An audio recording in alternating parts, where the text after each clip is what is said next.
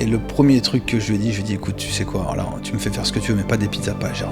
On avait tout quitté, on avait vendu notre appart, on était reparti en loc, on avait quitté notre boulot. On est mort. Et puis en fait, je finis 3e. On est 180 participants à cette édition-là en 2009. Énorme. Et je finis 3e sur mon premier championnat. Ouais, énorme. Bonjour, bienvenue dans le nouveau podcast La Table des Chefs, le podcast qui réunit les bâtisseurs du monde de la restauration française de demain. Aujourd'hui, premier épisode, c'est un épisode plutôt particulier, en tout cas le premier épisode que je veux publier sur notre chaîne. Je reçois un invité qui est particulièrement apprécié par notre équipe, qui réunit, je trouve très bien, une des problématiques principales, qui est la cohérence entre la qualité gustative de ce qu'on va pouvoir proposer, du service qu'on propose, et l'expansion commerciale d'une franchise. Aujourd'hui, j'ai l'honneur d'accueillir Jordan Thomas. Jordan, merci beaucoup. Bonjour Enzo.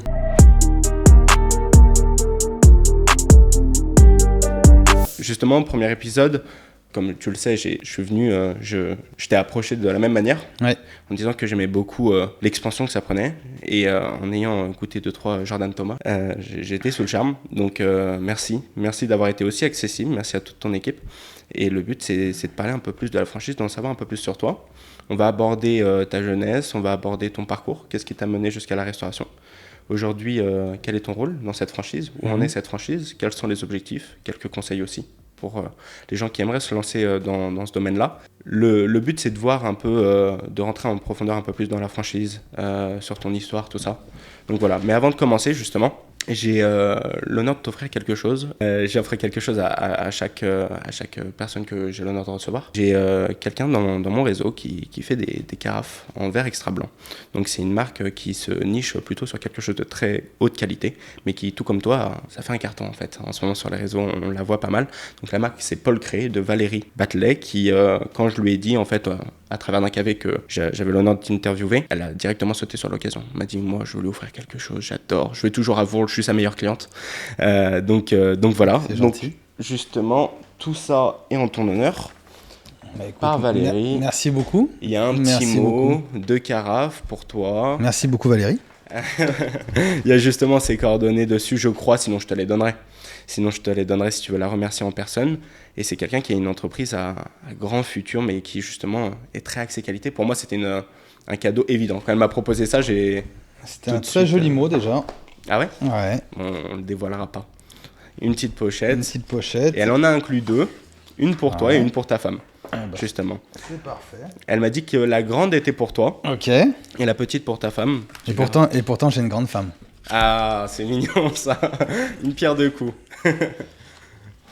Wow, c'est magnifique. Tant mieux. C'est très très beau. Ah, c'est très gentil. Ah, ouais. Je pense que ça va vraiment lui faire plaisir.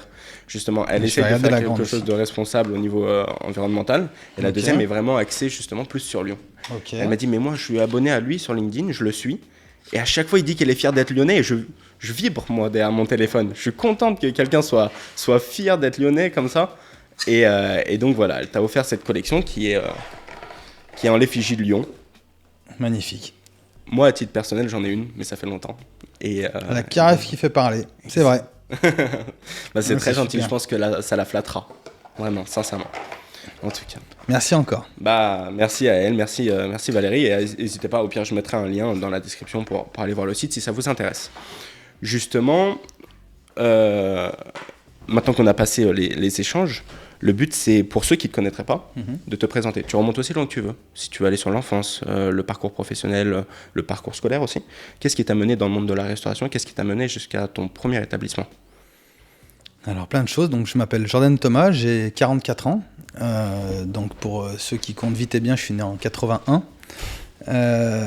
J'ai fait un apprentissage en cuisine. En fait, j'ai un CAP de cuisinier, CAP BEP. Avant ça, j'avais déjà vraiment une vraie appétence pour la restauration parce que quand j'étais jeune, je travaillais beaucoup avec mon arrière-grand-mère qui s'occupait pas mal de moi parce que mes parents travaillaient beaucoup. Et on faisait beaucoup de cuisine en fait, de la pâtisserie, des gâteaux, enfin plein de choses.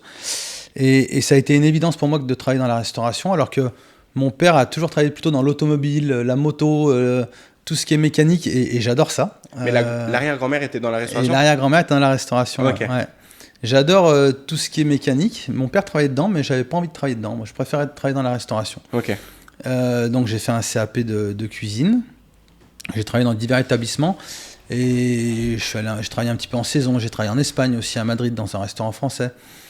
Et j'ai toujours voulu me mettre à mon compte, mais vraiment de très très jeune. La première fois que j'ai voulu me mettre à mon compte, j'avais 21 ans. Les banques m'ont pas suivi tout simplement. En fait, j'ai voulu racheter un restaurant qui était vers la Part-Dieu, pas très loin d'ici. Et bon, bah voilà, en fait, pas d'apport, très jeune, pas d'expérience en gestion. Enfin, le dossier parfait pour être refusé en banque, quoi. Et en fait, on a réussi à mettre un petit peu d'argent de côté au fil des années avec Julie, mon épouse, parce qu'on s'est rencontrés, on avait une vingtaine d'années à peine. Et on a réussi à mettre un petit peu d'argent de côté, acheter un petit appartement qu'on a retapé, qu'on a revendu. Enfin voilà, ça nous a fait notre premier apport pour notre première affaire. Le premier apport, du coup, vous voulez être construit totalement vous-même. Ouais. Ok. Ouais. Mon arrière-grand-père en fait m'avait donné une petite somme en fait pour acheter mon premier appartement, qui nous avait en fait aidé à payer les frais de notaire du premier appartement. Et après on s'est débrouillé tout seul. Ouais. Ok. Et donc de fil en aiguille en fait, donc on a réussi à se constituer ce petit apport. Moi j'ai travaillé dans la restauration d'entreprise, donc pour le groupe Elior, qui m'a permis d'évoluer. J'ai fait des formations en interne, j'ai fait un CQP en fait de directeur de restaurant, donc par l'intermédiaire du groupe Elior. Ils m'ont beaucoup apporté aussi. Et en fait, ça m'a permis tout ça d'ouvrir le premier restaurant. Alors, le premier restaurant n'était encore pas vraiment ce qu'on voulait, parce qu'on voulait vraiment un restaurant. Ouais. Et en fait, avec notre petit apport qu'on avait constitué, on n'avait pas de quoi faire un restaurant. Pas comme on voulait, donc on a fait de la pizza emportée. Ok, c'était moins sur l'aspect restaurant traditionnel. Ouais, moi je voulais ce qu'on pourrait appeler aujourd'hui un peu de la bistronomie, en fait. C'était à l'époque, c'était pas vraiment à la mode encore, mais c'est un peu ça, c'est la cuisine que j'avais envie de faire. Et en fait, bon, on n'avait tout simplement pas les moyens de le faire, donc on s'est dit on va faire de la pizza pendant 1 an ou 2 ans, et puis une fois qu'on aura fait nos preuves, qu'on aura montré à notre banquier qu'on sait gérer une affaire, et ben on vendra et puis on fera un restaurant.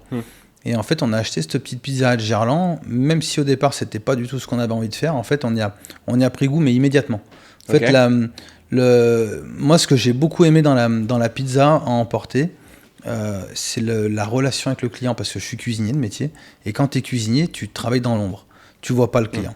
Tu as le retour de ton serveur qui va te dire le client est adoré et tout, mais tu le vois pas vraiment. Et en fait, de travailler devant les clients et de servir les clients moi-même, ça a été une expérience fabuleuse en fait. J'ai vraiment adoré ça. Et en fait, tu as la gratification tout de suite.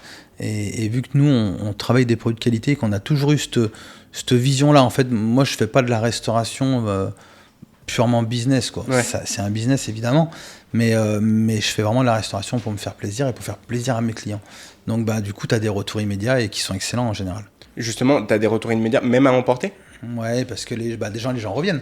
Quand tu vois quelqu'un revenir 2 fois ou 3 fois par semaine, ou qui a même une régularité toutes les semaines, c'est quand même bon signe, tu vois, qu'il est content. Et puis, un client qui rentre chez toi pour la première fois, il n'a pas forcément un grand sourire, il découvre, il va prendre une pizza un peu simple.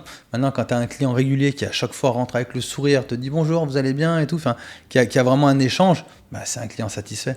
Ouais, c'est-à-dire le client qui rentre, qui ne te dit pas bonjour, qui prend juste sa pizza et qui vient régulièrement, nous on n'a pas ça en fait. Ouais, bien sûr. Nous on n'a que des clients, quand ils viennent chez nous avec le sourire, quoi. Ouais. Ils sont contents de venir chercher une bonne pizza. Ouais, bien sûr. Ok. Donc en fait, un peu par hasard, parce qu'au début, toi, tu étais plus restauration traditionnelle. La pizza un peu par hasard, mais la restauration vraiment par choix. Quand avec ta femme, tu t'es dit ouais, pourquoi pas de la pizza à Gerland. Avant d'y aller, tu as dit que directement, tu avais mordu à l'hameçon. Non, alors en fait, quand c'est Julie qui avait trouvé l'annonce en fait, de la vente de la pizzeria, si on a racheté un fonds de commerce, c'était dans le magazine de 69, le journal encore, donc tu n'as peut-être même pas connu. Non, moi je pense pas. Je pense pas du tout. C'était en 2007, donc il y avait encore pas trop, enfin Internet existait, mais c'était encore moins développé qu'aujourd'hui. Et en fait, je suis rentré du boulot un après-midi pendant ma coupure, et Julie me dit, j'ai trouvé une affaire dans nos prix. Ça faisait longtemps qu'on cherchait et on visitait un peu tout.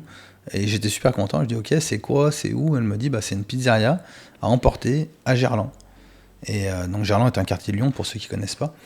Et le premier truc que je lui ai dit, écoute, tu sais quoi, alors, tu me fais faire ce que tu veux, mais pas des pizzas pas à Gerland, quoi. C'est vrai? Ouais, en fait, pour moi, la pizza, c'était un peu péjoratif. En fait, parce que alors, le niveau de la pizza a vachement augmenté ces 10 dernières années en France, et on trouve beaucoup de pizzas de qualité maintenant. Okay. Mais en 2007, la pizza, c'était farine premier prix, jambon premier prix, emmental. En fait, les gens, une grosse partie des gens qui faisaient de la pizza, c'était pas le cas de tout le monde, mais une très grosse partie des gens qui faisaient de la pizza pour la marge, et uniquement pour la marge. D'accord. Et c'est aussi d'ailleurs pour ça qu'aujourd'hui, on a encore cette connotation de pizza égale grosse marge. Ok. Ce qui est plus vraiment vrai. Ça a bien changé. On a une marge de restaurateur traditionnel sur la matière première. On n'a pas une meilleure marge que les autres maintenant. D'accord. Parce que le produit a évolué. Et nous, on a fait partie des premiers à faire évoluer le produit. En fait, on a travaillé tout de suite avec des farines de qualité, avec des charcuteries sans gluten, sans polyphosphate, sans protéines de lait. En fait, très très rapidement, on a voulu proposer une pizza complètement différente des autres, en fait. Donc tu t'es dit non, la pizza. Et après, tu as réfléchi un peu au projet et tu t'es dit, bon, quitte à faire de la pizza, autant le faire bien. Exactement. Ok. Exactement. Et en fait, c'est même pas quitte à faire de la pizza, c'est quoi que je fasse en restauration, je veux le faire bien. En fait, je veux être fier de ce que je propose. Ouais. Je veux que quand mes copains ils mangent ce que je fais, ou mes amis, ou mes enfants, ou même les clients, quoi, tout simplement, tout le monde, je veux que les gens se régalent et je veux les servir comme à la maison. Ouais. Quand tu cuisines chez toi, pour tes copains, tu prends les meilleurs produits. Pourquoi tu ferais différemment dans ton établissement en fait? Ouais, complètement. Voilà. Complètement. Après, c'est vrai que ça peut faire peur à certaines personnes, surtout quand c'est un milieu qui est vraiment connoté marge à l'époque. C'est très avant-gardiste d'avoir cette vision. Et en fait, tu penses qu'elle t'est venue avec justement ton histoire plutôt avant avec ces chefs de cuisine du coup? Non, mais c'est mes valeurs en fait. Les premières années, mon comptable il me tirait les oreilles. Parce qu'il me disait, putain, mais ta marge elle est pourrie, c'est pas du tout dans les normes de la pizza, tu devrais faire plus de marge, il faut que soit que tu augmentes tes prix, soit que tu baisses ta qualité. Je dis, moi mes prix aujourd'hui, je ne veux pas trop les augmenter parce que je suis dans la moyenne de tout le monde, mais par contre, ma qualité, je veux pas la baisser parce que, en fait, déjà, quand tu es restaurateur, tu choisis pas le produit que tu vas travailler en fonction de son prix. En fait, mais il y en a beaucoup qui font ça. Moi, je choisis les produits en fonction de leur qualité. Et après, en fonction de la qualité, je négocie le prix. Mais c'est pas le prix qui va me faire travailler avec un produit. Ça, c'est une façon de voir la restauration comme un pur business. Et encore une fois, la restauration, c'est un business, mais on fait pas de la restauration pour faire du business. Ok. Voilà, on fait de la restauration par plaisir, par passion, parce qu'on a envie de faire découvrir des produits, parce qu'on a envie de satisfaire des clients. Et grâce à ça, on en fera du business. C'est pas le problème. Mais si la motivation première, c'est de faire de l'argent, faut aller vendre des voitures, faut aller vendre d'autres choses, mais faut pas faire de la restauration. Il y a tellement de contraintes dans la restauration que si on fait ça que pour gagner de l'argent, ça tiendra pas longtemps de toute façon. D'accord, ok. Ouais, c'est vraiment... Mais depuis quelques années, on est un peu pollué par ça parce que, en fait, il y a la restauration depuis, je dirais, depuis 2020 à peu près, depuis le Covid, on est pollué par la restauration marketing. Aujourd'hui, avec les réseaux, il y a beaucoup de restaurateurs qui sont pas si bons que ça, qui utilisent pas des si bons produits que ça, mais qui se mettent beaucoup en avant et qui du coup arrivent à faire le buzz quand même et à remplir des établissements. Alors que si on creuse un peu, sincèrement, c'est pas fou, quoi. Ouais, tu trouves que en fait, c'est la période, c'est cette période, et puis dans quelques années, je pense que les gens se rendront compte qu'ils vont revenir à des valeurs et que en fait, c'est le goût le plus important, c'est pas l'image. C'est ça. Mais aujourd'hui, on est dans l'ère Instagram, en fait. Ouais. Si ton produit est beau, il est sur les réseaux, même s'il est pas bon. Ouais, complètement. Bah, en même temps, ils peuvent pas goûter depuis le téléphone, donc bon. Ouais, c'est ça. C'est compliqué. Là, j'ai lu un article il y a pas longtemps sur Salt Bae. Oui. Salt Bae, il est en train de fermer plein de restos. Voilà. J'ai vu. C'est typiquement le gars qui a percé sur les réseaux parce que le mec était instagrammable, parce qu'il s'est créé une image. Mais en fin de compte, ça vaut pas le prix, quoi. Alors justement, je dirais pour les personnes qui connaissent pas, parce que moi, Salt Bae, tu me l'as dit, je sais pas pourquoi, il y a pas longtemps en fait, j'étais tombé dessus. C'est le fameux cuisinier qui mettait le sel comme ça. Voilà, c'est ça. Et qui faisait des côtes de bœuf avec des feuilles d'or dessus. Oui, à 1200 €. Et il a cartonné sur les réseaux, mais en réalité, le fond était pas là. C'est des gens qui travaillent plus leur image que leur produit, en fait. Bah, justement, j'ai l'impression qu'au bout d'un moment, le fond reprend le dessus. La qualité réelle reprend le dessus. Et je sais que c'est un grand enjeu. Donc, j'aimerais bien aborder avec toi tout à l'heure cette question. On va approfondir un peu plus. Comment t'es passé... Alors déjà, ça s'appelait pas Jordan Thomas. Si je dis pas n'importe quoi, ça s'appelait Mamma Mia Pizza. Exactement. C'est ça. Ouais. Comment t'es passé de Mamma Mia Pizza, un seul établissement, à Jordan Thomas 2? Déjà, est-ce que ça s'est fait en même temps, la transition? Oui, alors la transition s'est faite en même temps et c'était une question juridique en fait. Ok. En fait, quand on a racheté la pizzeria de Gerland en 2007, elle s'appelait Mamma Mia. Ok. Nous, on a exploité tel quel. Au bout de quelques années, en 2014, si je dis pas de bêtises, on a déposé la marque parce qu'on voyait que ça commençait à se développer un petit peu. Donc on a déposé la marque en 2014 en se disant si un jour on va en ouvrir d'autres, si on veut franchiser, parce qu'on avait quand même des petites ambitions, mais on savait pas vraiment comment s'y prendre. Tu commences à prévoir? Ouais, j'y pensais. C'était même pas encore à prévoir, j'y pensais. Et en fait, quand on s'est lancé en franchise, en fait, on a été stoppé très très rapidement par notre avocat sur un point de vue juridique et propriété intellectuelle. En fait, des Mamma Mia Pizza, même si le nom nous appartient encore aujourd'hui, des Mamma Mia Pizza, il y en a peut-être 300 en France. Ok, ouais. Voilà. Et développer un réseau de franchises sous une marque qui est aussi peu protégée, ça veut dire qu'à chaque fois qu'on allait s'installer dans une commune, dans une ville où il y avait un Mamma Mia Pizza, il allait falloir essayer de faire un procès pour qu'il enlève son panneau. Mais il y a une antériorité. Si le gars est là depuis 10 ans, on arrive, déjà on va l'emmerder. Enfin, voilà, c'est pas cool.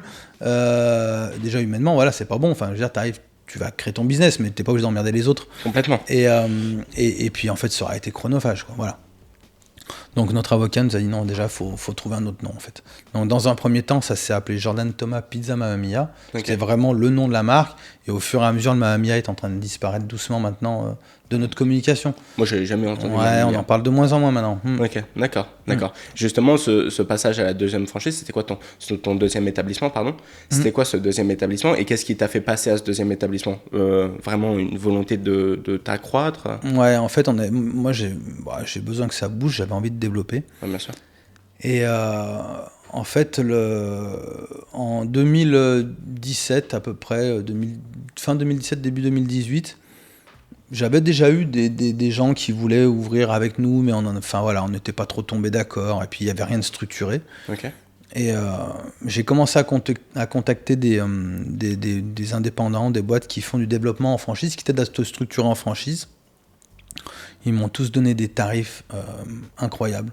C'est-à-dire qu'en gros, aujourd'hui, un cabinet indépendant va te dire, si tu es indépendant et que tu veux devenir franchiseur, ça va te coûter à peu près 200 000 € avant d'ouvrir ton premier restaurant. Voilà. Mon Dieu. Donc, tout petit indépendant que j'étais, 200 000 €, je me suis dit, c'est pas possible. Surtout que les banques ne financent pas. Et du coup, ils t'aident à structurer tout ça? Ils t'aident à tout structurer, à faire ton manuel opératoire, à faire ton DIP, c'est un document d'information précontractuelle. Ils t'aident à travailler sur ton contrat, enfin voilà, ils t'aident sur tout. Et je me suis dit, écoute, je vais déjà voir si j'intéresse des gens pour devenir franchisé. Donc sur notre site internet, j'ai demandé à mon webmaster de mettre un petit onglet devenir franchiseur, renseignez-vous. Et il y avait 3 coordonnées à mettre, nom, prénom, mail, numéro de téléphone. Mais dans un autre sens, pas toi qui les contactes, pour que eux... Voilà, sur notre site internet à nous, si vous êtes intéressé pour ouvrir un Jordan Thomas Pizza, contactez-nous. Et en fait, on a eu très vite quelques demandes. La première, c'était Stéphane, qui est notre premier franchisé, qui a ouvert à Limonest. Et en fait, Stéphane était venu manger avec son père, donc on avait pris rendez-vous, il mangeait avec son père. Et il me dit, bon, moi, de toute façon, je connaissais déjà la marque, ça me plaît beaucoup, je veux ouvrir, comment on s'y prend? Et je lui ai dit, j'en sais rien. Voilà. J'ai été très honnête, comme je le suis trop souvent. En fait, je lui ai dit, voilà, on va faire super simple. Aujourd'hui, je voulais déjà voir si je pouvais intéresser des gens, parce que le développement en franchise coûte très cher. Donc, si on est OK pour y aller, je vais moi tout mettre en œuvre pour ouvrir, pour me structurer et devenir franchiseur. Mais aujourd'hui, je le suis encore pas. T'étais pas prêt? Pas du tout. Et pourquoi alors t'as récolté ces données? Juste pour prendre la température et tu t'es fait surprendre? Prendre la température, exactement. Ok. Ouais. Bah c'est beau. Ouais, c'est beau. Hein. Et du coup, Stéphane m'a dit ok, moi je suis pas ultra pressé non plus, donc combien il faut de temps? J'ai dit il va falloir au moins un an et demi avant d'ouvrir le premier restaurant. Il m'a dit ok, on y va, feu. Donc là, j'ai recruté quelqu'un parallèlement à ça. Du coup, je suis pas passé par un cabinet indépendant pour le développement. J'avais pas envie de ça parce qu'en fait, ils reproduisent un peu à chaque fois le même modèle et nous on n'est pas comme les autres, donc j'avais vraiment envie de moi créer vraiment complètement structurer la franchise. Donc on a recruté quelqu'un avec nous qui n'était pas forcément issu de ce monde là, mais qui avait des bonnes compétences, en tout cas déjà en administratif. Et elle nous a vraiment aidé. Donc Julie, mon épouse, et moi, à 3, on a vraiment monté la franchise. C'est-à-dire qu'on a fait le manuel opératoire. Tout seul. Tout seul. Okay. On a pris un cabinet d'avocats, évidemment, pour tout ce qui est contrat. On a beaucoup travaillé avec eux. Le résultat, c'est que ça me les a coûté, les 200 000 euros. Ah ouais. Entre les salaires, entre tout. Ouais, je pense qu'on n'y est pas loin. J'ai jamais fait le compte, mais entre le contrat de franchise, la partie marketing, parce que quand on s'est lancé en franchise, on n'avait même pas de charte graphique, on n'avait rien. Donc, bah oui, on était innocent. C'est hyper innocent, mais on était une pizzeria indépendante. Donc, je pense qu'il n'y a pas beaucoup de petits restaurateurs qui a une charte graphique. C'est vrai. Hein. Donc, mis bout à bout, ça nous les a coûtés, mais sur 1 an et demi, 2 ans. Et puis surtout, ça nous permet de tout maîtriser en fait. Aujourd'hui, on maîtrise vraiment tout de notre métier de franchiseur, parce que c'est un nouveau métier en fait. Ouais, complètement. Quand tu es franchiseur, tu as encore ta casquette de restaurateur, mais tu as vraiment un métier qui est complètement différent. Quoi. C'est quoi la différence ? Si quelqu'un... tu as vu quoi ? Quelle différence dans ton changement ? Quand tu es franchiseur, déjà tu travailles avec des pros. Donc tu fais du B2B, alors que quand tu es restaurateur, tu travailles avec du particulier et tu vends un produit à un particulier. Donc déjà, travailler avec des pros et c'est des partenariats, en fait, on travaille main dans la main. C'est déjà pas le même modèle, hein, ça n'a rien à voir. Ouais. Puis là, il y a des enjeux, il y a de l'investissement, il y a des rentabilités, enfin, il y a plein de choses. Aujourd'hui, nos franchisés ont les mêmes valeurs que nous, parce qu'on fait vraiment attention sur notre recrutement et on veut des franchisés qui ont vraiment cette valeur de travail et surtout de satisfaction client, c'est le plus important. Enfin, c'est même au-delà de la satisfaction client, c'est de la satisfaction de l'humain. Parce que moi, j'attache beaucoup d'importance à ce que nos collaborateurs aussi soient satisfaits. J'ai toujours eu très peu de turnover dans mes entreprises. Aujourd'hui, on a Robin et Kevin qu'on a recrutés il y a 14 ans, qui étaient salariés chez nous, qui sont associés maintenant avec nous dans le développement. On a Claude qui travaille avec nous depuis plus de 10 ans.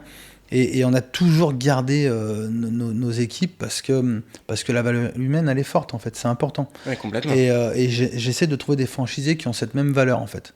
Okay. C'est important. Il faut qu'ils soient bons gestionnaires. C'est important, c'est très important même. Mais il ne faut pas qu'ils aient comme ligne de mire uniquement le pognon, en fait. De toute façon, ceux qui ont ça, c'est ceux qui réussiront le moins bien. C'est pas aligné avec tes valeurs ? Mais c'est pas aligné avec la restauration tout court, en fait. Okay. La restauration business, elle est éphémère. Si tu veux faire de la restauration business avec une grosse communication, des gros events et compagnie, il faut que ça dure 1 an ou 2, puis après il faut vite partir, il faut vite changer parce que les gens vont se lasser. D'accord. T'es un concept. Voilà. Et nous, on n'est pas un concept. Ouais. Et construire quelque chose de plus fondé, de plus structuré. Ok, je vois complètement. Quand je t'ai rencontré, du coup, pour la première fois, déjà, tu m'as directement dit, viens dans les bureaux. Et tu avais survolé quelque chose. Tu m'as dit, moi, j'avais fait un peu de compétition, tout ça. Ouais. Et quand ta chargée de communication, Alicia, m'a appelé, je pense qu'on a mis 20 minutes à parler des compétitions. Alors, tu as un palmarès qui est gros, si je dis pas n'importe quoi. Il y a 3 fois 3e au championnat de France, en pizza classique. 2 fois. 2 fois, pardon. 2 fois 3e. 2 fois vice. Ouais. C'est ça. 1 fois champion de France. Ouais, en pizza Intelia, ouais. Et 1 fois vice-champion du monde. Ouais, en pizza Intelia aussi, et 3e en Coupe du Monde par équipe. Par équipe, ouais, c'est ce que j'avais vu. J'ai pas trop mal révisé. Justement, ça m'intrigue tout ça à chaque fois. Je sais que les restaurateurs sont très fiers de ça. On peut même parler de palmarès, du coup. Ça sert à quoi ? Comment ça se passe ? Qu'est-ce que c'est ce genre de compétition ? En fait, c'est vraiment déjà pour promouvoir la pizza de qualité. Ça permet aussi de se confronter à d'autres pizzellos, de voir un petit peu où on est. Et c'était un peu moi mon objectif la première fois que j'ai participé. Okay. En fait, je ne m'intéressais pas spécialement... mon premier championnat, je l'ai fait en octobre 2009 et on s'était installé en décembre 2007. Okay. Donc tu vois, on n'avait pas encore 2 ans d'activité. Et un jour, c'est un client, moi je ne m'intéressais pas spécialement au monde de la pizza, je m'intéressais à mon travail. Bien sûr. Et je bossais beaucoup et j'avais un peu la tête dans le guidon et je ne regardais pas trop ce qui se passait ailleurs. Et un jour, j'ai un client qui me dit, tu sais qu'il y a un championnat de France de pizza et tout, pourquoi tu ne participes pas ? Tes pizzas sont super bonnes. C'était en quelle année ça ? 2009. Ok, donc 2 ans après l'ouverture à peine de Gerland. 2 ans, ouais. Okay. À peine 2 ans. Et je m'inscris. Le championnat, en plus, cette année-là, il est super long. Il est à Lannemezan dans les Pyrénées. Je m'inscris donc au championnat. Je fais mes petits essais, toutes mes prépas. J'ai mon ancien patron de la charcuterie Bonnard à Lyon, parce que j'avais travaillé en traiteur pour eux, qui m'avait prêté un camion frigo, parce que j'avais pas de camion frigo, pour emmener ma pâte et tout. Et donc je pars présenter une pizza. Le championnat se passe sur 3 jours. Julie, mon épouse, devait m'accompagner, puis au dernier moment, un petit problème de santé qui fait qu'elle peut pas se déplacer. Donc je pars tout seul. Et puis j'arrive à Lannemezan. Donc le championnat, si je dis pas de bêtises, c'était un samedi, dimanche, lundi. Et moi, mon jour de passage était le lundi, mais j'ai voulu y aller dès le premier jour pour voir comment ça se passait. Donc je suis arrivé là-bas avec mon petit camion frigo, je me suis branché, j'avais loué un mobil-home j'avais pu brancher mon camion frigo. Et puis comme tous les mondes, en fait, tous les petits mondes, quand tu arrives et que tu connais encore personne, bah, t'es exclu. Tu sais, tu parles à personne. En fait, les gens qui se connaissent parlent entre eux. Et puis les nouveaux, ils sont spectateurs et ils attendent. Et moi, à la fin de la première journée, j'en avais déjà marre. J'appelle Julie, je dis écoute, c'est quoi, je vais rentrer. En fait, j'ai pas ma place ici. Ils se connaissent tous. Et elle me dit attends, tu viens de te taper 700 bornes ou 800 bornes. T'as tout préparé, ça fait des mois que tu te prépares. Reste, quoi. Fais ta pizza.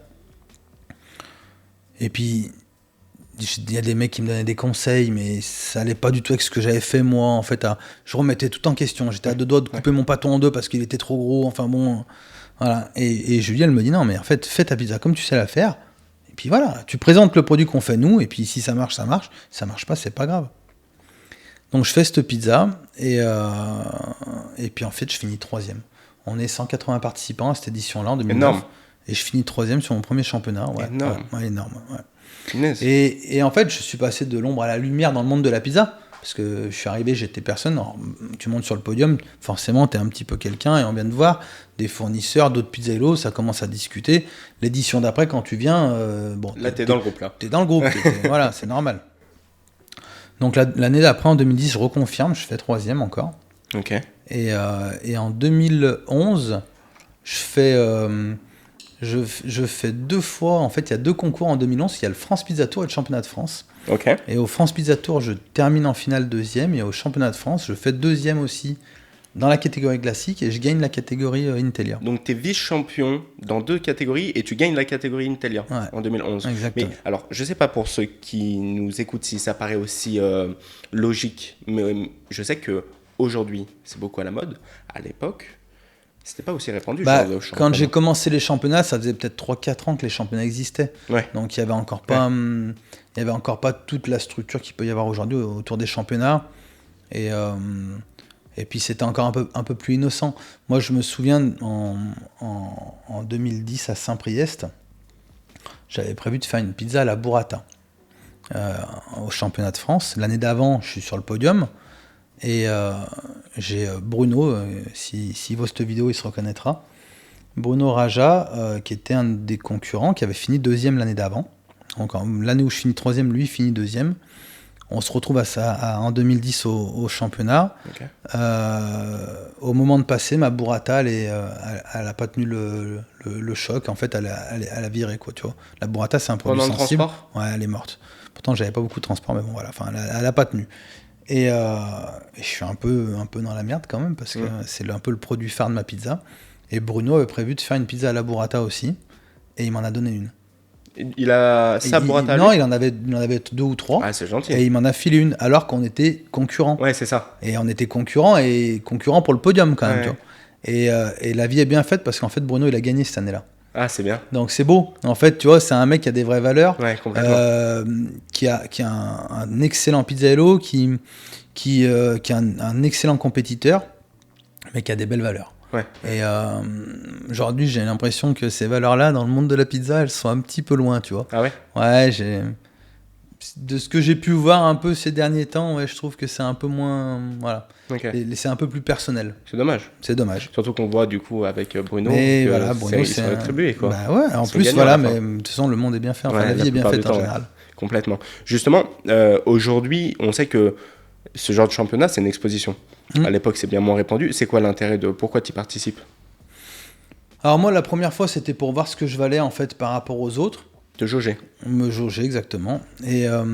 Et puis après, t'y prends goût. Moi, je suis un peu compétiteur dans l'âme, et puis t'y prends goût, puis t'as envie d'aller gagner, quoi. Ouais, bien sûr. Après, ça fait beaucoup de notoriété aussi, clairement. Alors, certainement beaucoup moins à l'époque qu'aujourd'hui, parce que en 2008-2009, les réseaux, c'était encore pas ce que sont les réseaux aujourd'hui. Mais oui, ça t'amène beaucoup de notoriété. Après, il faut la transformer, la notoriété, bien parce sûr. Que si tu as un gros coup de projecteur pendant une semaine ou deux, parce que c'est le temps du coup de projecteur, hein, ça dure pas bien plus longtemps, mais que tes clients sont insatisfaits derrière, tu as augmenté ton chiffre d'affaires pendant un mois, quoi. Puis après ça revient. D'accord. Voilà. Ouais, c'est deux choses différentes. Alors que nous, c'est vrai qu'à chaque fois que j'ai pu faire des championnats et prendre des places, à chaque fois on a évolué en chiffre d'affaires et on l'a maintenu, quoi, tu vois. On se faisait découvrir grâce au petit article dans le journal ou quoi, mais les gens revenaient. C'était un canal d'acquisition de nouveaux clients. Et le but, c'est de les fidéliser. Ouais, c'est ça. Ok, je vois. Après, même si à l'époque c'était un peu moins répandu, j'ai l'impression que justement la vie est bien faite. Tu as fini champion de France. Ouais. En quelle année ? 2011. 2011 ça en fait. Voilà. Juste après le 2009, 2 ans après. Ouais, en fait 2 fois troisième et champion de France Telia en 2011. Ok, mais ça s'arrête pas là parce que je crois que t'es meilleure pizza de Lyon ou de France par TripAdvisor ? Les deux. Alors non, le TripAdvisor France et par le programme meilleure pizza de Lyon en Magnifique. 2013. Magnifique. En 2013 et en 2018 meilleure pizza de France par TripAdvisor. Grosse exposition. En 2012, j'avais été vice-champion du monde aussi, on en a parlé tout à l'heure, mais voilà. Donc en fait, il y a eu vraiment cette période où moi j'ai eu une période de championnat de 2009 à 2013. Après, j'y avais mis fin. En 2018, donc meilleure pizza de France par TripAdvisor, ça c'était un gros coup de projecteur, c'était vraiment top. Plus que les championnats de France. Parce qu'il y avait plus de réseaux sociaux à ce moment-là. Ok, d'accord. Je pense que c'est aussi ça. Ok. 2018, il y avait déjà Insta, il y avait Facebook qui était vraiment peut-être à son apogée. Et donc on a eu un vrai gros coup de projecteur avec TripAdvisor. Et puis en 2023, j'ai refait un concours. Un peu à l'arrache, en fait, le concours se passait vers chez nous, vers notre siège. C'est le Trophée des légendes. En fait, il a été organisé par la Fédération des pizzaiolos de France. Et c'est un concours pour y participer. Il fallait soit avoir fait un podium international, soit être champion de France. Ok. Et moi, je ne m'étais pas inscrit à ce concours, même s'il était vraiment à côté de chez nous, parce que cette même semaine-là, on ouvrait un restaurant. Et ouvrir un restaurant, c'est un peu chronophage, c'est pas mal de stress. Donc, voilà, je ne m'étais pas inscrit au championnat. Et le championnat avait lieu un lundi. Le dimanche, je retrouve tous mes potes, Pizzaïolo, donc le petit monde de la pizza. On mange ensemble et tout le monde me met un peu la chauffe en me disant « Ah, tu t'es pas inscrit, t'as peur. Maintenant que tu t'es lancé en franchise, tu fais plus de pizza, t'as perdu la main. » Enfin voilà, tu sais, le truc entre mecs, quoi. Voilà, donc je me suis bien fait brancher. Et le lendemain matin, je suis arrivé au boulot, j'ai dit à l'équipe, je vais essayer de m'inscrire. C'est vrai ? Ouais. Mais c'était le mercredi ? Non, c'était le lundi. Le lundi matin lundi matin pour passer le lundi matin d'ailleurs. Okay. J'ai appelé l'organisateur, je lui ai demandé s'il pouvait me trouver une petite place, il m'a dit évidemment. Et du coup, à 8h30 du matin, je disais à l'équipe, je vais passer à 11h. Faut que j'ai trouvé une recette, puis surtout trouver les ingrédients parce que j'avais rien. Donc je suis allé dans notre pizzeria de Civoio d'Azin, qui est la plus proche de notre siège. Je lui ai récupéré de la pâte dans sa chambre froide.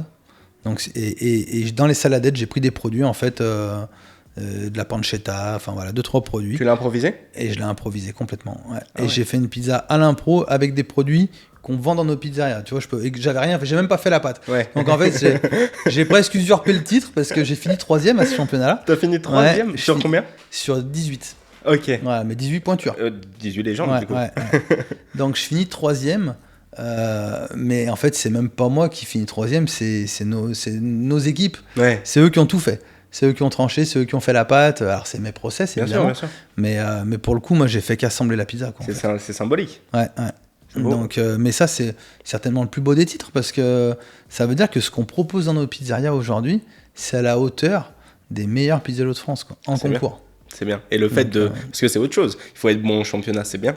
Mais après, gérer une entreprise, c'est plus compliqué que ça. Et puis, je crois que ça se termine super bien parce que 2024, tu es jury de la finale. Ouais. En 2024, je suis jury de la finale de la Coupe de France de Pizzaiolo. Ok. C'est bien. Bah ouais. Ils ont une belle idée de te mettre jury. Justement, c'est quoi la différence? Tu as été des deux côtés? C'est quoi? Juger un concours, ça se passe comment? Juger un concours, c'est difficile parce que tu vas goûter entre 20 et 50 pizzas dans la journée, suivant la taille du concours. Donc il faut déjà goûter des petites parts à chaque fois, mais essayer de prendre un peu tous les ingrédients. Et il faut juger aussi bien la cuisson que l'empattement, donc vraiment la façon dont le pizzaiolo a fait sa pâte, essayer de trouver comment il a fait sa pâte, pourquoi, parce qu'il y a des types d'empattement qui vont mieux avec certaines recettes, enfin voilà, il y a quand même une petite complexité quand même pour juger la pizza. L'esthétique aussi, ça t'a plu? C'est important, ouais, j'aime bien. Le juger C'est cool. Puis en plus, j'imagine que tu dois avoir pas mal de talent là-bas. Pour des futurs recrues ou je ne sais quoi. Ouais, et puis aujourd'hui, le niveau, il est vachement monté. Le niveau de la pizza est vraiment monté et on voit que les mecs se déchirent dans les concours. En même temps, c'est un peu plus répandu, justement. Plus d'exposition. Ouais, il y a beaucoup de concours maintenant. On voit que ça a un gros impact, une franchise, qu'un concours, ça peut apporter de l'exposition, mais j'ai l'impression que ce qui apporte le plus, c'est les franchises. Moi, je sais que quand j'ai été conquis par celui que j'ai connu, c'est celui de World. Quand je vais à Limonest, c'est Jordan Thomas aussi, c'est le même. Donc j'y vais, c'est une différente équipe, c'est toujours cool. Toi, aujourd'hui, tu as une franchise qui grossit. C'est quoi les points sur lesquels tu es très regardant pour garder cette qualité qui te tient tant à cœur? Il y a énormément de points, mais en fait, les points les plus importants pour garder la qualité, en fait, ils sont tenus chez nous par des personnes qui sont là depuis des années. Okay. En fait, on a Julie, mon épouse, qui s'occupe de toute la partie process. Okay. Parce qu'en fait, pour garder la qualité, il faut processer. Okay. Il ne faut pas processer de trop non plus pour ne pas perdre le côté humain. Ouais. Mais il faut quand même processer un minimum les choses et, pour garder en fait un cadre et une structure. Après, le côté ultra important aussi, c'est les achats. Et les achats, c'est géré par Robin. Et Robin, il travaille avec nous depuis 14 ans. Donc, il est associé aujourd'hui avec nous dans le développement de la franchise. Les achats, c'est l'avantage d'avoir Robin qui a travaillé avec nous et qui sait exactement ce qu'on veut et qui partage vraiment à 100% nos valeurs. C'est que il cherche pas du prix. On négocie les prix, hein, et on n'est pas facile avec nos fournisseurs.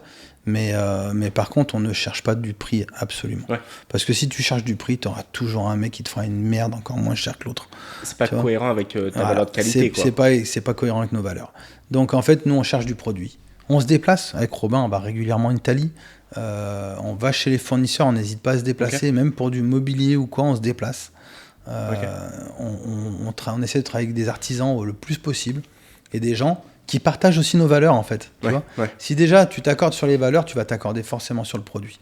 Et puis après, l'autre point très stratégique, c'est l'animation du réseau. Et là, c'est Kevin qui s'en occupe. Donc Kevin, il est sur le terrain. Pareil, il est avec nous depuis presque 14 ans. Il est aussi associé avec nous dans le développement. Et en fait, il a travaillé sur le terrain pendant des années à Gerland. Donc il connaît sur le bout des doigts les process, comment on fait cuire une pizza, comment on doit accueillir le client, et en fait il accompagne nos franchisés là-dessus et il corrige les petites irrégularités s'il y a, tu vois. Ok, d'accord, je vois, parce que je connais pas mal de structures qui au début ont vraiment un service, peu importe que ça soit dans la restauration ou non, qui est très qualitatif.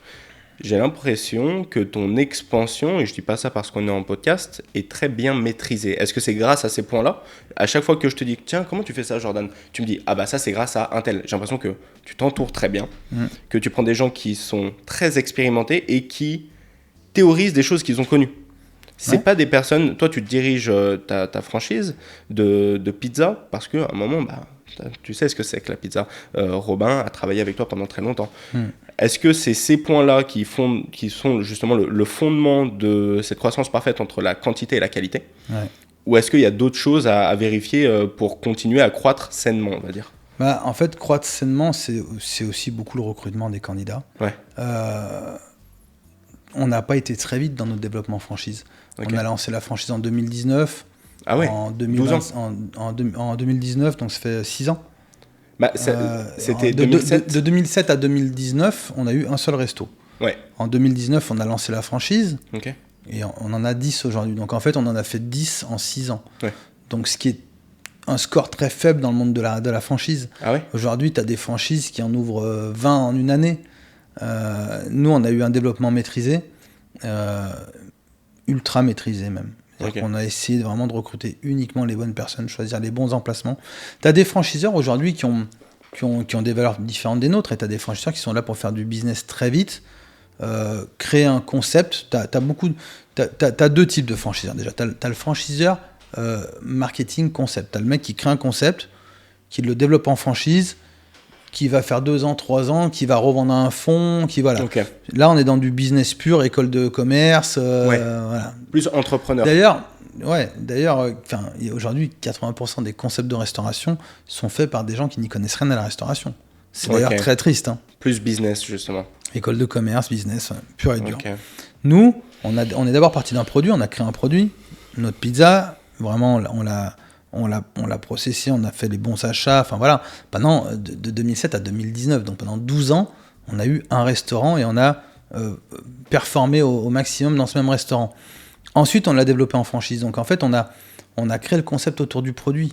On n'a pas créé un concept et mis un produit dedans, tant bien que mal, quoi. Voilà. Il a été validé, ce produit. Et il a été validé. Donc je pense que déjà ça c'est la première des grosses différences. Puis après le développement maîtrisé, c'est choisir le bon candidat. Aujourd'hui on prend peut-être 1% des demandes qu'on a. Des candidatures à la franchise, on en a... À la franchise Des candidatures à la franchise, on en a tous les jours. Tous les jours sur notre site internet ou sur des sites comme l'Observatoire de la franchise ou quoi, on a des demandes. Ouais. Mais entre la demande et aller jusqu'au bout du projet... alors il y a des gens qui vont s'arrêter d'eux-mêmes, hein, c'est pas un souci, mais nous on veut vraiment s'aligner avec leurs valeurs, enfin que leurs valeurs soient alignées avec les nôtres. Et quand il y a un doute, il n'y a pas de doute, donc on n'y va pas. Ok. Voilà. En fait, si on s'entoure mal, on aura un mauvais développement. On aura peut-être un développement plus rapide, mais plus bancal. Moi j'aime bien l'Italie, mais la tour de Pise, je vais éviter pour mon business. Ouais, j'imagine. Il faut rester équilibré. Ouais. Et il y a des profils qui ne sont pas cohérents, qui ne correspondent pas forcément. Ouais, mais on le voit très vite. En fait, tu sais, on a un parcours de progression quand on a un candidat à la franchise et on le rencontre assez vite, ce candidat-là. Et moi, quand je présente l'enseigne à un groupe, en général, j'essaie de faire des groupes de 3-4 personnes maximum pour pouvoir échanger avec tout le monde. Dès la présentation franchise, je le vois si la personne, elle va être alignée avec nous ou pas, en fait. Je le vois dans son regard, dans son attitude, dans plein de choses. Voilà. Et souvent, si dès le départ, j'ai des doutes, j'avance pas. Ok, d'accord. Moi, je préfère ne ouvrir qu'1 ou 2 restaurants par an, mais bien, qu'en ouvrir 10, mais mal.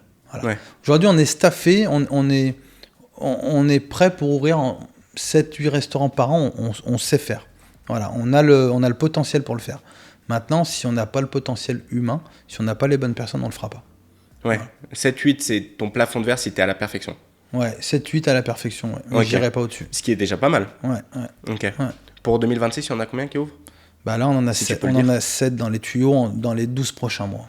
Ok, d'accord. Ouais, donc t'es à mais plein si potentiel. Je rencontre un candidat aujourd'hui, de toute façon, son ouverture, elle sera déjà... le temps qu'on se rencontre, qu'on échange un peu, il va se passer déjà 2 mois, 3 mois avant qu'il signe quoi que ce soit. Donc en fait, aujourd'hui, un candidat qui rentre, il peut ouvrir dans 1 an. Ouais, voilà. Je vois. Ok. Et maintenant... À peine même, parce que ça peut aller vite. 1 an, ouais, c'est rapide quand même. C'est très rapide. Bah, entre le temps de trouver le local, de trouver les financements, de faire la formation, oui, il faut un projet, c'est 1 an. Ouais, je me disais que c'était court. Il faut compter 1 an. 10 établissements, 7 qui ouvrent en 2026, pour l'instant en tout cas. Ouais. Est-ce que... Bon, on peut dire déjà que tu en as fait du parcours. Ouais. Ça fait... alors, je suis pas très bon en calcul mental, mais 16 ans que tu es là-dedans, si je dis pas n'importe quoi. Est-ce que tu as eu des moments où tu t'es dit non, stop, j'arrête, des doutes ou quoi comme tout le monde, hein, moi je sais que je suis entrepreneur aussi, c'est compliqué. Mais... Les doutes, il y en a eu plein. Le premier, il a été au 2e jour de l'aventure. 2e jour de la franchise ou non, 2010, 2009 de la pizza. Ah ouais. En 2007, ouais. En fait, quand on a repris la pizza à emporter, on avait fait un business plan, hein, t'es obligé, parce qu'on avait emprunté un petit peu d'argent. Et on avait calculé qu'en gros, Julie et moi, pour sortir un SMIC chacun et payer notre crédit, il fallait qu'on fasse 32 pizzas par jour. Ok. C'est beaucoup? Non, c'est pas beaucoup. Enfin, aujourd'hui, nos restaurants ils font 300 pizzas par jour. Donc, 300? Ouais. Ok. Mais à l'époque, donc c'est très peu. À l'époque, c'était une toute petite pizzeria. Donc, et donc, il fallait qu'on fasse 32 pizzas par jour pour payer vraiment ce qu'on doit et se sortir le SMIC minimum chacun pour pouvoir vivre, hein, tout simplement. Et le premier jour, on fait 3 pizzas à midi et 5 le soir. Et le deuxième jour, on fait 3 pizzas à midi et 5 le soir. Pareil. Et moi, à la fin de la première journée, j'étais déprimé. Quoi. Ouais, t'es à moins d'un quart de ton... T'es à moins d'un quart de tes objectifs. Tu te dis, mais on avait tout quitté. On avait vendu notre appart, on était reparti en loc. On avait quitté nos boulots. On est mort, quoi. Voilà. Puis après, bon, c'est parti. Puis après, des doutes, il y en a eu plein. Et il y en a encore aujourd'hui, il y a des doutes. Hein. Puis il y a des doutes, il y a des moments où tu es un peu dans le dur, tu vois, où tout se passe pas comme tu voudrais. Bah, faut rebondir. Hein. Bien sûr. Ce qui ne me tue pas me rend plus fort. Donc, exactement. Voilà, faut j'adore. avancer. De toute façon, non, mais je veux dire, t'as pas le choix. Ouais. En fait, de toute façon, à partir du moment où tu entreprends, tu sais que ça sera compliqué. Ouais. Si tu veux pas que ta vie soit compliquée, entreprends pas, quoi. Ouais, voilà. Complètement. L'avantage, je vais prêcher un petit peu pour ma paroisse, mais l'avantage de la franchise, c'est que tu limites les complications. Quand tu es franchisé... Grâce à l'accompagnement ? Grâce à l'accompagnement, grâce à toutes les heures qui ont déjà pu être faites avant et dont tu vas bénéficier de l'expérience. Donc, entreprendre en franchise, c'est quand même beaucoup plus simple. Okay. Mais ça reste entreprendre. Donc, il y a quand même du job. Toi, tu es à la tête de tout ça. Mm-hmm. Tu gères aussi des entrepreneurs. Ouais. Aujourd'hui, c'est quoi ton profil ? Quelles sont tes tâches ? C'est quoi ton quotidien en tant que dirigeant de Jordan Thomas ? Aujourd'hui, une de mes missions, déjà, c'est la vision, à moyen et à long terme. Ok. De la transmettre ? De la transmettre, ouais, déjà de voir où est-ce qu'on veut aller, comment on veut y aller, et ensuite de le transmettre. Et puis après, une grosse partie de mon métier aujourd'hui, c'est le recrutement des candidats. C'est quelque chose que j'ai pas délégué. Ok. Déjà, ça me plaît, j'aime l'échange humain. Et puis, je pense qu'aujourd'hui, dans l'équipe, j'ai certainement les meilleures compétences pour ça. Tu vois, il y a des compétences sur... Julie, elle a des compétences énormes en structuration et vraiment en structuration tout simplement. Comme moi, je suis pas quelqu'un d'hyper structuré. Je suis j'ai un peu le côté artiste. Mais Julie, heureusement qu'elle est là, quoi. Voilà. Et d'ailleurs, on a toujours fonctionné comme ça. Quand on était tous les deux, j'ai toujours eu moi le côté un peu vision. On va faire ci, on va faire ça. Et elle mettait en place. Okay. Si elle n'avait pas été là, on n'en serait pas là aujourd'hui, quoi. Ok, d'accord. Ouais. Donc toi, tu es le théoricien et elle, c'est vraiment exécutif. Ouais, enfin, elle a aussi beaucoup de bonnes idées. Hein. Elle a aussi beaucoup de bonnes idées. Elle est sur les créations de cartes et tout, elle participe beaucoup. Ok, d'accord, très bien. Ça, c'est un peu plus question personnelle parce que c'est mon cas. Mais comment tu fais pour bien travailler avec ta conjointe ? Comment tu fais pour... Alors, ça, c'est un peu un mythe, justement. Quand je dis que je travaille avec ma conjointe, on me dit « Ah, ça va, ça empiète pas trop. » Si, ça empiète comme tout le monde. Mais comment tu fais, toi ? Comment tu as réussi à gérer ça ? On s'est jamais posé la question, en fait. On n'a jamais eu à le gérer, en fait. Ça a toujours été simple. Voilà, donc ça n'a jamais été compliqué de travailler ensemble. On s'est jamais trop pris la tête pour le travail ou quoi, non. Ouais. Naturellement. Ouais. Des fois, on n'est pas d'accord, on en discute sur des stratégies, sur des choses à faire. Moi, des fois, je vais être un peu plus souple, elle va rentrer un peu plus dedans. Mais en fait, on se complète bien et on a toujours les bons arguments l'un envers l'autre. Donc, on échange beaucoup avec Julie. Donc, en fait, il n'y a pas de complexité, quoi. D'accord. Non. D'accord, je vois. Justement, j'ai l'impression que... Bon, tu m'as dit que tu recrutais beaucoup de personnes. Tu vois beaucoup de potentiels futurs franchisés. Ouais. C'est quoi le profil que tu aimes bien, les points que tu aimes beaucoup, les points que tu aimes moins ? Et d'ailleurs, question juste avant, je suis désolé, ton formulaire est encore disponible ? Ah bah maintenant on a amélioré. Oui, on a évolué, j'espère. Le parcours candidat est un peu mieux quand même. Ça se fait toujours en ligne ? Ouais, ou par bien mail sûr. ou... Par notre site internet, tu peux le faire par notre site internet. Je le mettrai dans la description, au moins s'il y en a qui seraient intéressés. Mais justement, voilà, pour recentrer un peu, c'est quoi le profil idéal ? Il n'y en a pas. On a que des profils différents. Après, encore une fois, les valeurs. Tu vois, les valeurs humaines. Les valeurs humaines, elles sont ultra importantes. Après, on a des restaurateurs de métier. On a eu des gens qui étaient déjà chefs d'entreprise et qui sont passés en franchise, donc des gens indépendants, des restaurateurs indépendants qui ont décidé de se franchiser. On a des gens qui étaient salariés. J'ai un de nos franchisés qui a même 3 restaurants avec nous à ce jour, qui était steward. Ok. Donc voilà. Et il s'est lancé là-dedans direct. Il s'est lancé là-dedans, il a ouvert des restos et ça fonctionne bien. Après, c'est quelqu'un de travailleur qui a une grosse ambition et qui a des vraies valeurs de travail. Donc c'est pour ça aussi qu'il a réussi. On a un autre ancien restaurateur qui était associé avec son père et qui aujourd'hui travaille avec nous uniquement donc en franchise, qui est super satisfait aussi de ses résultats. On a Stéphane, notre premier franchisé est issu de la grande distribution. Là, on a rentré dans notre réseau un nouveau franchisé qui va bientôt ouvrir, qui travaille dans une très grosse boîte de composants électriques et qui faisait partie du comité de direction. Il faisait partie des 10 de plus de 1000 personnes, quoi, donc qui avait de grosses responsabilités, mais qui se reconnaissait peut-être plus tout à fait dans les valeurs de la boîte et qui avait envie justement de retrouver une boîte avec des grosses valeurs humaines. Voilà. C'est des profils très hétérogènes. Ouais. J'ai l'impression que ce qui les rassemble, tu me dis si je me trompe, le travail. Ouais. Des valeurs, mais alors c'est lesquelles? C'est la qualité? Valeurs humaines, donc aimer l'humain déjà. Ok. Parce que tu vas devoir manager, parce que... Ouais, et puis parce qu'il faut aimer les clients, il faut aimer ses collaborateurs, il faut aimer les gens quand tu fais de la restauration. Et puis aimer la qualité, aimer la qualité du produit. En fait, si t'aimes ces deux choses-là, t'es restaurateur. Ouais. En tout cas, t'as le potentiel, quoi. T'as le potentiel. Ouais. Ok. On a abordé tes tâches. Ça fait donc bientôt 20 ans que t'entreprends. Ouais. Avant, tu travaillais déjà dans la restauration. Qu'est-ce que la restauration et aussi entreprendre, ça t'a appris? Est-ce que ça t'a changé? De toute façon, je pense qu'en 20 ans, on change, quoi qu'il arrive. Il y a 20 ans, j'étais un gamin. Aujourd'hui, je suis un peu plus un adulte, quand même. Je pense que ça a confirmé, encore une fois, mes valeurs, tu vois, ça a confirmé mon positionnement. Je pense pas que ça m'ait profondément changé. Ok. J'ai toujours été travailleur. Il faudrait poser la question aux gens qui me connaissent depuis plus de 20 ans. Ouais. Mais bon, non, je pense pas que ça m'ait changé. Après, ça m'a... Forcément, j'ai appris à me méfier un peu plus, j'ai appris à réfléchir un peu plus, à analyser un peu plus les situations. Parce que tu tombes pas toujours sur des gens qui sont comme toi. Moi, je suis quelqu'un d'assez lisible, assez transparent. Si ça me plaît, tu vas vite le voir. Si ça me plaît pas, tu vas vite le savoir. C'est pas le cas de tout le monde? C'est pas le cas de tout le monde. Il y a des gens... Il y a des gens dans le business, dans la vie en général, qui sont un peu tordus. Ça peut arriver, j'en ai rencontré. Je m'en éloigne vite. Voilà. Et quand j'étais jeune... Bon, je pense que j'arrivais à le voir déjà quand j'étais jeune, mais je le vois encore plus vite maintenant. Ce que tu dis, moi, j'ai l'impression de le ressentir, mais avec la crédibilité de ta, à mes yeux, je pense que ça a un plus gros impact de le conscientiser, justement. Et ce que tu dis, je le trouve vrai.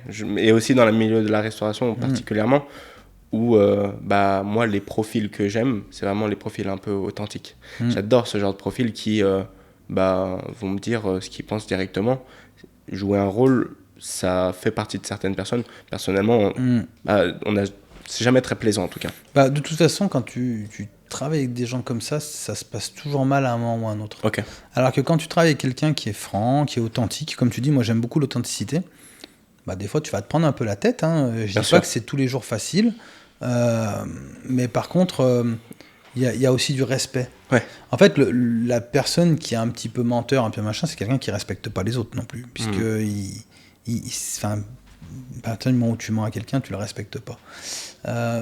Par contre, quand tu travailles avec des gens qui sont un peu authentiques et des fois un peu tu sais, bourrus, on va dire. Franc du collier, ouais. Voilà, franc du collier, en fait, il y a beaucoup de vraies valeurs humaines là-dedans, il y a du respect. Ouais. Et des fois, tu vas pas être OK sur un principe, sur quelque chose, sur une action. Moi, ça va arriver de dire à quelqu'un, écoute, ça, comme ça a été fait, je l'ai mal perçu. Est-ce que tu peux m'expliquer pourquoi tu l'as fait comme ça? Parce que peut-être que la personne, elle a aussi sa vision du truc et elle l'a peut-être pas fait avec une mauvaise intention. Et toi, comme tu l'as perçu, c'était peut-être pas la bonne façon de le percevoir. Donc c'est important de discuter aussi. Moi, j'aime beaucoup discuter et échanger. Okay. J'aime bien débattre en général, de toute façon, tu vois. Voilà. Parce qu'en fait, on s'ouvre aussi l'esprit comme ça. Ouais, bien sûr. Mais c'est pas toujours plaisant de débattre. Des fois, justement, on est confronté à et il le faut. c'est bien. Des gens qui vont nous dire non, là on a merdé. Et moi j'aime bien ce genre de personnes. Ouais, de toute façon, merder, ça fait partie de l'apprentissage. Hein. Ouais. Si on merdait pas dans une vie d'entrepreneur. En tant qu'apprenti cuisinier, j'ai certainement fait des erreurs. En tant que débutant Pisello, j'ai fait des erreurs. En tant que débutant entrepreneur, franchiseur, j'ai fait certainement des erreurs. Enfin, c'est même pas certainement, j'en ai fait. Après, le tout, c'est de se remettre en question, de corriger ses erreurs. Quand tu fais une erreur, tu l'assumes et tu la fais pas porter par les autres. Hein, même si ça doit te coûter. Ça, c'est quelque chose aujourd'hui que ça en fait encore partie des valeurs humaines, mais tu vois, aujourd'hui, si moi, demain, dans mon réseau, je fais une erreur et que ça doit coûter, c'est moi qui le prendrai en charge. Tristement, ça se fait rare. Je vais pas le faire porter par les autres. Voilà, et si un de mes franchisés fait une erreur, j'attends la même chose. J'attends pas qu'il essaie de trouver un coupable en disant ah bah ouais, mais c'est à cause de ci, à cause de ça, c'est parce que tu m'avais pas dit ça. Non. T'as fait une erreur, assume-la, paye-la. Les erreurs, on en fait tous, et c'est pas grave en fait. Et assumer son erreur, c'est aussi savoir se remettre en question et ne pas reproduire. C'est la première étape de s'améliorer, quoi. Oui. Je trouve. Enfin, je voulais recentrer un peu plus sur la franchise. On a vu les valeurs, justement. Tu nous parlais d'humain, tu nous parlais de qualité, de travail. Je sais pas si on peut un peu, à l'instar de liberté, égalité, fraternité, mettre travail, qualité et humain. Travail, rigueur et passion aussi. Ouais. C'est quelque chose que tu rassembles chez tous les Jordan Thomas. Aujourd'hui, est-ce que tu as des profils différents, mais est-ce que tu as des profils d'établissements différents où tous sont régis par les mêmes valeurs ? On essaye de faire en sorte que tous soient régis par les mêmes valeurs. Okay. C'est important. Ouais, bien sûr. Ouais. C'est la clé de l'évolution de la stabilité. C'est la clé de la stabilité, c'est la clé du succès surtout. Ok. En fait, mais un franchisé qui rentre dans une franchise et qui ne veut pas appliquer les méthodes qui ont fonctionné, c'est un franchisé qui n'a rien compris. Parce que quand tu es franchisé, tu payes une redevance, ce qui est normal, pour faire vivre la tête de réseau, tu payes une redevance d'exploitation. Bien sûr. Si tu payes une redevance d'exploitation pour bénéficier du savoir-faire, de l'expertise de ton franchiseur et de toute la valeur ajoutée de la franchise et que tu n'appliques pas ça, c'est vraiment que t'es bête. C'est un peu comme si tu prends un abonnement à la salle de sport et que tu vas pas au sport, quoi, tu vois. Non, mais... Je suis désolé, mais je pense que c'est le cas de beaucoup. C'est le cas de beaucoup, mais sauf que ça a un impact un peu moins important. Mais si tu payes pour avoir des conseils, un savoir-faire et que tu n'appliques pas les conseils et le savoir-faire de ton franchiseur, totalement d'accord. Ouais, c'est que t'as pas compris, quoi. Surtout si tu viens pour ça, encore si t'es pas aligné avec ce genre de fonctionnement. Si t'es pas aligné, tu viens pas. Surtout que quelque chose d'un peu plus profond que, bon, t'as dû conscientiser il y a longtemps, toi, mais je trouve que le fait de mettre des process et de les appliquer, c'est surtout se laisser, ne pas le faire surtout, ne pas mettre des process ou alors ne pas les appliquer, c'est laisser part au doute. Une fois qu'on a mis des process, qu'on les a appliqués, qu'on est sûr de ça à l'intérieur de nous-mêmes, c'est, ok, le process ne marche pas, on va améliorer, on va réitérer, on va voir. Et quand on laisse part à, bon, on y va à l'impro, souvent c'est pas très maîtrisé. On n'a déjà pas tous la même impro. Ouais. Et puis en fait, processer, c'est gagner du temps. C'est gagner du temps, c'est gagner de l'énergie. Enfin, tu vois, dans nos process, je vais te dire un exemple tout bête, mais on te dit le four, il faut l'allumer à telle heure. Ah ouais, à ce point. Okay. Ouais. Mais on va t'expliquer pourquoi il faut l'allumer à telle heure. Parce que si je te dis, dans mon process, je te dis, le four, tu dois l'allumer à 10h du matin. Ok, mais des fois, tu vas l'allumer à 10h30. Parce qu'on t'a dit qu'il fallait l'allumer à 10h du matin. Mais 10h, 10h30, c'est pareil. Et non. Si tu l'allumes avant 10h du matin, tu vas consommer trop. Pour rien. Ok ? Du bois ou Aujourd'hui, on a des fours bois et gaz. Donc, on fait des fois une première chauffe au gaz et on met du bois après. Okay. C'est pour les restaurants qui ont peu de place pour stocker le bois. Ça évite de se faire du bois tous les 3 jours. Par contre, on cuit toujours au feu de bois. Mais dans le process, on va t'expliquer pourquoi l'allumer à 10h et pourquoi si tu l'allumes trop tôt ou trop tard, qu'est-ce que ça va engager.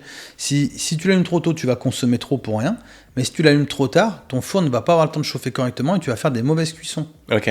Si tu fais des mauvaises cuissons, tu feras des mauvaises pizzas. Ouais, j'imagine. Voilà. Si tu fais des mauvaises pizzas, tu vas faire des clients insatisfaits.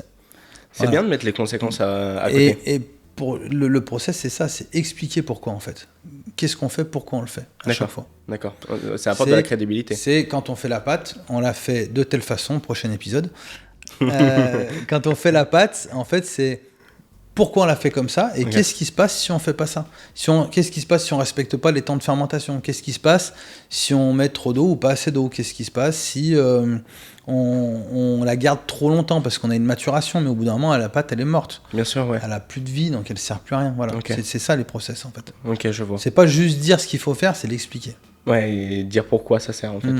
Ok, justement, bon, on peut te souhaiter que du bon pour le futur. C'est quoi tes objectifs? Où est-ce que tu te vois dans 5-10 ans, toi? Aujourd'hui, l'objectif, c'est de continuer à développer, de faire 5 à 7 ouvertures par an, si on a les bons candidats, encore une fois.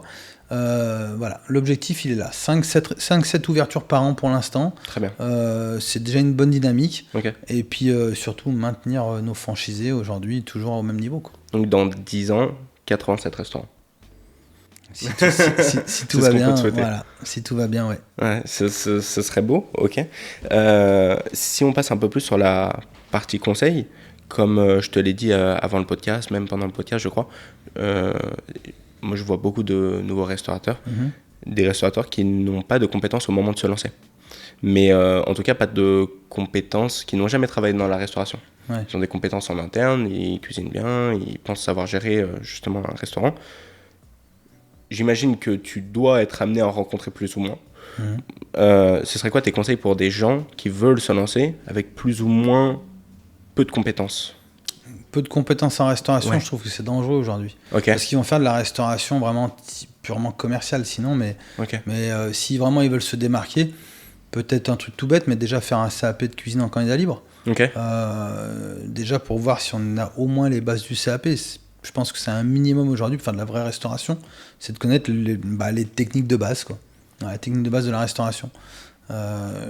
C'est d'ailleurs, pour moi, aujourd'hui, c'est vraiment dommage que la restauration soit pas un minimum verrouillé et que tout le monde puisse ouvrir un restaurant n'importe comment.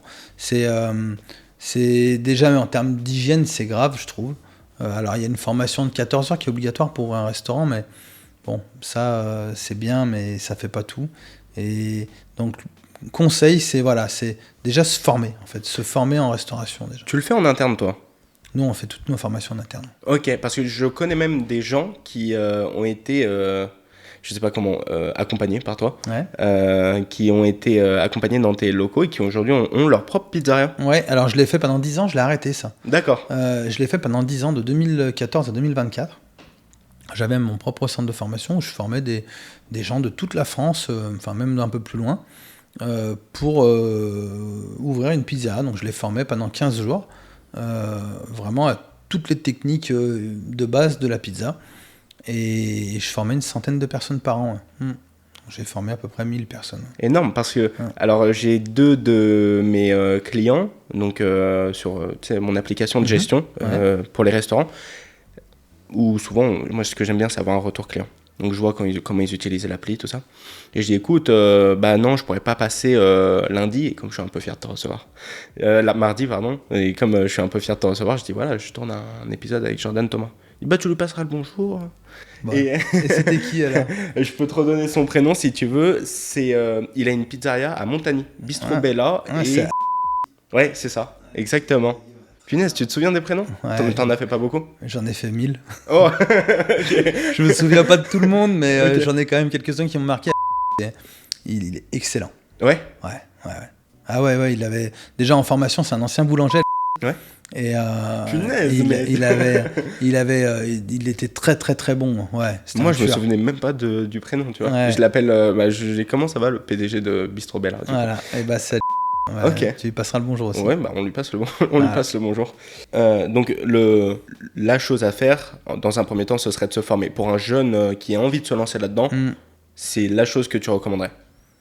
Je pense que c'est de se former. Ouais. Tu vois, je trouve que souvent sur les réseaux, on entend des conseils moins sexy que ça, plus tirés par les cheveux. On se dit oui, c'est la solution miracle. Ah ouais. Je trouve pas qu'il y en ait de solution miracle. En fait, non, il faut prendre du temps. Tu veux faire de la restauration, c'est accessible à tout le monde à n'importe quel âge. Mais il faut déjà mais dans n'importe quel métier, dans n'importe quel travail, il faut déjà connaître les bases.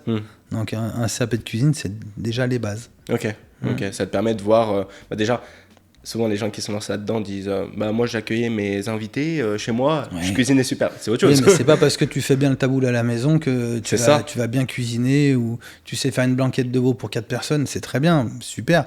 Il y a plein de gens qui sont passionnés de restauration aussi parce que les réseaux sociaux aujourd'hui mettent beaucoup en avant la restauration parce qu'il y a des émissions de télé, Top Chef et tout, et que ça crée plein de vocations. Mais travailler dans la restauration, c'est un vrai métier, c'est prenant. Donc faire un CAP, faire quelques stages dans des restaurants, ça va déjà permettre de voir si tu aimes aussi l'envers du décor, parce que penser aimer et aimer réellement, c'est un peu différent. Moi, dans ma formation pizza, j'ai vu quand même aussi pas mal d'échecs de gens qui avaient 35-40 ans, un peu remis en question de leur vie, tu sais, de se dire « Ah, moi j'en ai marre de travailler dans un bureau, si j'en ai marre d'avoir mon patron, je vais ouvrir mon camion à pizza ».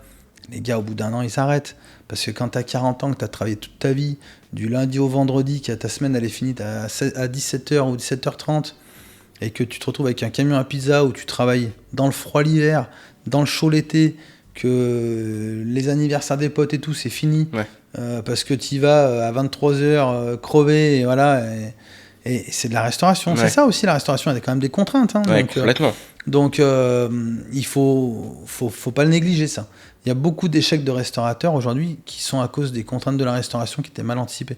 De restaurateurs, justement, de nouveaux restaurateurs qui ne le sont pas vraiment, en fait. Ouais, je vois complètement. Mais d'ailleurs, je crois que c'est une stat qui est un peu triste, mais je crois que c'est un des milieux où on a le plus de fermetures en moins de 2 ans. En moins de 2 ans. Ouais. Déjà que entreprendre, il n'y en a pas beaucoup qui y arrivent. Mais alors, entreprendre dans la restauration, quand on n'a pas de compétences. Et quand tu entreprends dans la restauration, mais en franchise, tu divises ce chiffre-là par 4 au moins. Il y a beaucoup moins de fermetures en franchise. Parce qu'en fait, il y a plusieurs filtres. Et déjà, le franchiseur qui va déjà, certainement, en général, nous, on profile le candidat. Donc, déjà, on va voir s'il est prêt à faire de la restauration. Et après, il y a tous les process et toutes les formations qui sont faites avant ouverture. Donc, en fait, on limite vraiment la casse. C'est aussi pour ça que les banques suivent beaucoup plus les franchises que les indépendants. D'accord, ouais, je vois. Et il y a quelque chose qui relate de ça et que j'adore, c'est un peu l'effet coaching, le fait d'avoir quelqu'un en qui on a confiance, qui est crédible dans un domaine et vraiment qui nous drive, qui nous dit « Ok, t'es à quel point de compétence ? Ok, tu dois faire ça. » Et le mieux, c'est de comprendre, mais d'exécuter. Ça va pas nous paraître évident des fois. Quand quelqu'un, moi je pense notamment à mon beau-frère qui est très fort en développement d'applications et qui me dit « Non, fais ça. » Bon, je suis un peu têtu. Ça m'est arrivé une fois de ne pas le faire. Ah non, mais c'est bon, je n'ai pas besoin. J'y vais et au bout d'un moment, je dis ah, il avait raison. Donc ça ne m'étonne pas ce que tu dis, que cet accompagnement permet d'optimiser tes chances de réussite. Quand tu tires des leçons des gens qui ont réussi, tu optimises tes chances, ouais. Ah bah oui. De toute façon, faut écouter... faut écouter les gens qui ont réussi en règle générale. Mais moi, je le fais beaucoup dans mon métier. Aujourd'hui, je discute beaucoup avec d'autres franchiseurs qui en sont déjà à un stade plus avancé que moi, dans des domaines similaires ou pas. Hein. Et j'apprends aussi de leur expérience en discutant. T'as que ça soit justement dans des domaines similaires ou pas, tu as des entreprises où tu dis ah ouais, ce qu'ils font c'est bien, ça t'inspire en fait. Mais il y en a plein. Ouais. Il y en a plein. Ouais. Tu seras en cité ou pas? Non, j'en ai tellement en tête, que ça soit d'autres enseignes de pizza ou de burgers, ou même dans d'autres domaines. En fait, il y en a plein. Je ne vais pas en citer un plus qu'un autre, mais il y en a plein qui sont admirables aujourd'hui. Hein. Complètement. Mais ça relève une grosse modestie que j'avais remarqué justement pendant notre premier rendez-vous. Alors, pour continuer à ne pas les citer, tu m'avais dit, bah voilà, un tel, moi, je l'admire. Tu vois. Et, je sais de qui tu parles. Bah oui. Il a construit quelque chose de plus grand. Moi, j'ai vu son parcours, j'y ai pas toujours cru et au final, il m'a montré qu'il avait raison. J'ai beaucoup à apprendre. Ouais, c'est vrai. Et je crois que tu m'avais dit ça dans les 15 premières minutes. Moi, j'étais arrivé et je rencontre en ce moment, grâce à ce podcast, pas mal de personnes qui ont des baptiseurs, des chefs. C'est pour ça qu'on l'appelait comme ça. Et souvent, dans ceux qui réussissent le plus, je prends une claque de modestie, quoi. Je me dis, mais moi, si j'étais à son point, tu as envie de dire oh, je suis Jordan Thomas, quoi. Et en fait, tu apprends que quand tu en arrives là, c'est que justement, c'est la modestie qui t'a fait avancer. Et ça m'a frappé. Ça m'a frappé quand tu avais dit ça. Jordan, déjà, ça a été un plaisir. Le podcast arrive sur sa fin. Je voulais avoir un retour, que ça soit vidéo. Si tu dis quelque chose de mauvais, je le garderai. Sincèrement, si tu dis, parce que je suis pour assumer justement nos échecs et dire bon bah voilà, l'organisation peut-être qu'on n'a pas géré ou je ne sais quoi. Donc si tu as un retour, est-ce que tu as apprécié, comment tu... C'est très bien, franchement pour un premier, parce qu'en plus c'est quasiment dans les premiers que tu fais, c'est vraiment très bien organisé, le lieu est très sympa, tu es hyper à l'aise, tu poses des bonnes questions. C'est très gentil. C'est hyper intéressant, vraiment. C'est très gentil. Ouais. C'est un gros travail. Ouais, je me doute. Je me mets avec ChatGPT, il me parle et il t'a imité. J'ai une conversation qui s'appelle Jordan Thomas. Je lui dis, ok, tu incarnes Jordan Thomas et on est à la table des chefs et je répète mon intro, je répète. J'ai un peu bégayé, bon, ça a été coupé. Ouais, le début, c'est pas facile. Hein. C'est dur. En fait, les 2-3 premières minutes, il faut se lancer. C'est pas simple de parler devant des caméras, c'est pas hyper naturel, quoi. On mettra ton lien justement pour ton site et aussi pour devenir franchisé vers le formulaire s'il y en a qui seraient intéressés. Je remercie particulièrement donc Valérie. Vous pourrez retrouver ce lien en description. Merci Valérie, effectivement. C'est très gentil de penser à cette attention. Pardon. Je remercie aussi Jérôme qui est derrière les caméras, qui a bien voulu couvrir l'événement, photographe. Donc les miniatures, les photos que vous verrez sur les réseaux, ça tient de cette personne. Je mettrai le lien de son site internet en description. J'avais quelque chose avant de finir avec toi. Moi, ce que je vais faire, c'est que je vais clôturer le podcast. Et je vais te laisser finir tout seul. Je vais rester là, mais les derniers mots seront les tiens. On va laisser, comme pour tous les autres invités, et vous le verrez dans les prochains épisodes, un instant blanc. Tu peux avoir un discours un peu plus inspirationnel si tu veux faire la promotion de quelqu'un. Moi, j'ai quelqu'un qui a fait une dédicace à sa fille. J'ai quelqu'un qui a fait un discours inspirationnel pour les jeunes. La plupart du temps, on retombe là-dessus. Tu fais passer le message que tu veux. C'est à toi. En tout cas, je vous remercie pour ce podcast. Jordan, merci encore. Merci à toute ton équipe de m'avoir facilité ça et d'être venu. C'était un honneur, sincèrement. On se revoit bientôt, ce soir d'ailleurs, pour l'anecdote. Et voilà, je te laisse terminer. Merci encore. Donc on parle beaucoup de Jordan Thomas, la marque, et je l'incarne puisque elle porte mon nom.